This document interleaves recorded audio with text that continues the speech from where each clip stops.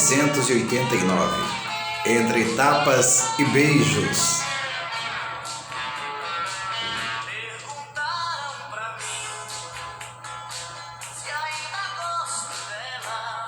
1989, Entre Tapas e Beijos era a canção de Leandro e Leonardo que se destacava entre as canções mais tocadas do Brasil naquele ano.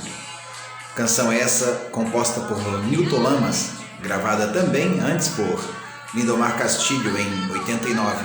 No mesmo ano, foi regravada pela dupla sertaneja Leandro e Leonardo, no álbum Leandro e Leonardo Volume 3, o qual acompanhou as canções Quem Será Essa Mulher?, Lágrimas do Coração, Quebra Esse Gelo, Quarto Negra, canção essa também gravada por Amado Batista, Paraíso, É Por Você Que Canto, versão da canção The Sounds of Silence,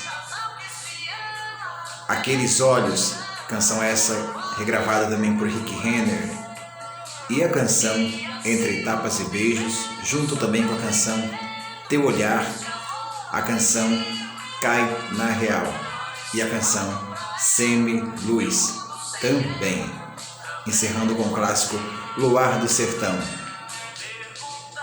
Essa foi uma das canções mais executadas do ano de 1989.